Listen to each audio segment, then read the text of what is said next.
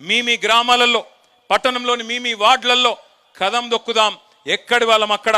ఒక్క సూర్యాపేట జిల్లా నుంచే మనకి, ఎందుకంటే పక్కనే మీకు వరంగల్ జిల్లా, సూర్యాపేట జిల్లా నుంచే కదం దొక్కి బయలుదేరుదాం, ముందుకు పోదాం. నాకు ఆశ్చర్యం ఏమనిపిస్తున్నది అంటే ఇవాళ సూర్యాపేట ప్రజల రెస్పాన్స్ చూస్తూ ఉంటే నిజంగా జగదీష్ అన్న అసెంబ్లీలో లేకుండా ఇక్కడ ఉండడమే మంచిదేమో అనిపించింది. ఎందుకంటే అక్కడ అసెంబ్లీలో నాకు ఆశ్చర్యం, అసలు నా పక్కనే ఉంటాడు అన్న కూర్చునేది. ఏం మాట్లాడిండు తప్పు? ఏమన్నాడు జగదీష్ రెడ్డి గారు? ఏమన్నాడు?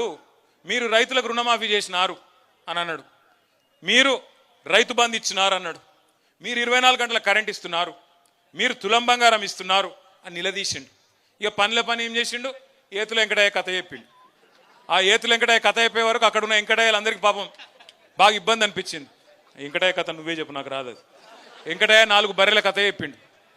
నాకు ఒక బర్రె ఉంటే మా అత్తగారు లోటిస్తే నేను కొంటే అవి చచ్చిపోయింది బతుకుతే అప్పుడు నేను ఇది చేస్తా అది చేస్తా, నేను డైరీ కంపెనీ పెడతా అని చెప్పిండట వాడు. గట్లనే మీది కూడా ఉన్నదని చెప్పిండు. చెప్పేవరకు ఏమైంది, వాళ్ళకి బర్దాష్ కాలే. బర్దాష్ కాక ఒక స్పీకర్ గారిని, దళిత స్పీకర్ నువ్వు అవమానిస్తావా అని చెప్పి సస్పెండ్ చేశారు. ఎంత దారుణం అంటే నేను అడుగుతున్నానండి, స్పీకర్ పదవికి దళిత స్పీకరు, గిరిజన speaker, BC speaker, OC speaker అని ఉంటుంది. స్పీకరే.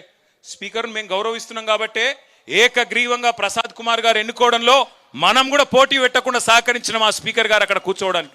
అదేవిధంగా ఆ రోజు జగదీష్ రెడ్డి గారి మీద ఆగ్రహాన్ని వ్యక్తం చేస్తూ ఆయన సభను వాయిదా వేస్తే ఆయన ఛాంబర్లకు పోయినాం, స్పీకర్ గారి దగ్గరికి పోయి చెప్పినాం, సార్ కేసీఆర్ గారితో మాట్లాడినాం మేము, అవసరమైతే జయేశ్వర్ రెడ్డి గారు 10 ఏళ్ళు మంత్రిగా పనిచేసిన పెద్ద మనిషి అయినప్పటికీ మీరు కనుక నొచ్చుకుంటే మీరు మైక్ ఇవ్వండి, వెంటనే విచారం వ్యక్తం చేస్తాం, మేము తప్పకుండా అవసరమైతే మీరు బాధపడేది, మేము తప్పు మాట్లాడలేదు, మిమ్మల్ని అవమానించలేదు, అయినా మీరు అని ఫీల్ అయితే మేము విచారం వ్యక్తం చేసి వెనక తీసుకుంటాం, మైక్ ఇవ్వండి అని చెప్పినాం.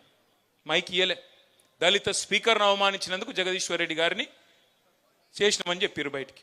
నేను ఒక్కటి గుర్తు చేస్తున్నా, రాష్ట్రంలో 143 మున్సిపాలిటీలు ఉన్నాయి, కార్పొరేషన్లు ఉన్నాయి. జనరల్ సీట్లో ఎక్కడన్నా ఏ నాయకుడన్నా ఒక దళిత మహిళను 5 ఏళ్ళు మున్సిపల్ చైర్మన్గా ఉన్న పెట్టిన నాయకుడు ఎవరైనా ఉన్నారా? ఇగో మా అన్నపూర్ణమ్మ, ఒక దళిత బిడ్డ, ఆడబిడ్డ, ఆ అమ్మాయిని ఒక జనరల్ సీట్లో అక్కడ మున్సిపల్ చైర్మన్ చేసిన జగదీశ్వర్ రెడ్డి గారట దళిత వ్యతిరేకట. ఇంతకంటే హాస్యాస్పదమైంది ఇంకోటి ఉంటుందా? కూర్చో. ఆమెను దించడానికి ప్రయత్నం చేసిన వాళ్ళట మంచోళ్ళట, కానీ ఇవాళ జగదీష్ అన్న ఎవరైతే అక్కడ కూర్చోబెట్టిండో ఆయన దళిత వ్యతిరేకట. ఇంకా ఘోరం ఏంటంటే, ఇంకా విచిత్రం, జగదీష్ అన్న ఏమన్నాడు? ఈ సభ మనందరిది అన్నాడు. నిన్న ఇంకో ఆయన మాట్లాడిండు, మజ్లిస్ ఆయన, ఏమన్నాడు ఆయన? ఇది గాంధీ భవన్ లెక్క నడుపుతున్నావు అన్నాడు. మనందరిది అన్న జగదీష్ అన్నమో ఎత్తవతల వారేసిండ్రు. గాంధీ భవన్ లెక్క నడుపుతున్నావు అన్నట్టు కొనుకేమో గంటలు మైకులు ఇచ్చి బాకాలు కొట్టించుకుంటున్నారు, డబ్బా కొట్టించుకుంటున్నారు. ఇంతకంటే సిగ్గుచేటు ఉంటుందా? ఇంకోటి దమ్ము లేదా? మజ్లిస్ వాళ్ళ మీద చర్య తీసుకునే దమ్ము లేదా? ఒక బీఆర్ఎస్ వాళ్ళని మాత్రమే చేసే పరిస్థితి కానీ మిగతా వాళ్ళని ఏమనే పరిస్థితి లేదా? దయచేసి నేను మిమ్మల్ని ఆలోచించమని కోరేది ఏంటంటే, ఇలా రాష్ట్ర శాసనసభలో ఒక విచిత్రమైన సన్నివేశం. బీజేపీ కలిసిపోయింది, సిపిఐ అటే ఉంది, మజ్లిస్ అటే ఉంది, కాంగ్రెస్ అంతా ఒక దిక్కే ఉన్నది. ఇవాళ పంచ పాండవుల మాదిరిగా ఆ కౌరవ సభలో 100 మందిని ఎదుర్కొంటున్నది కేసీఆర్ సైన్యం. ఈ గులాబీ దండు మాత్రమే తెలంగాణ ప్రజల ప్రయోజనాల కోసం గొంతెత్తుతున్నది. మళ్ళీ మనమే తప్ప వాళ్ళు కానే కాదన్న మాట నేను మీకు గుర్తు చేస్తా ఉన్నాను. అందుకే ఈ సంవత్సరం మనం మహాసభ జరుపుకోబోతున్నాం. వరంగల్లో సిల్వర్ జూబ్లీ ప్రారంభానికి సూచికగా లక్షలాది మందితో బహిరంగ సభ.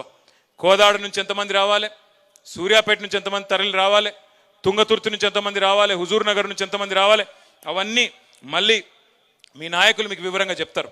కానీ ప్రతి గ్రామం నుంచి పార్టిసిపేషన్ ఉండాలి.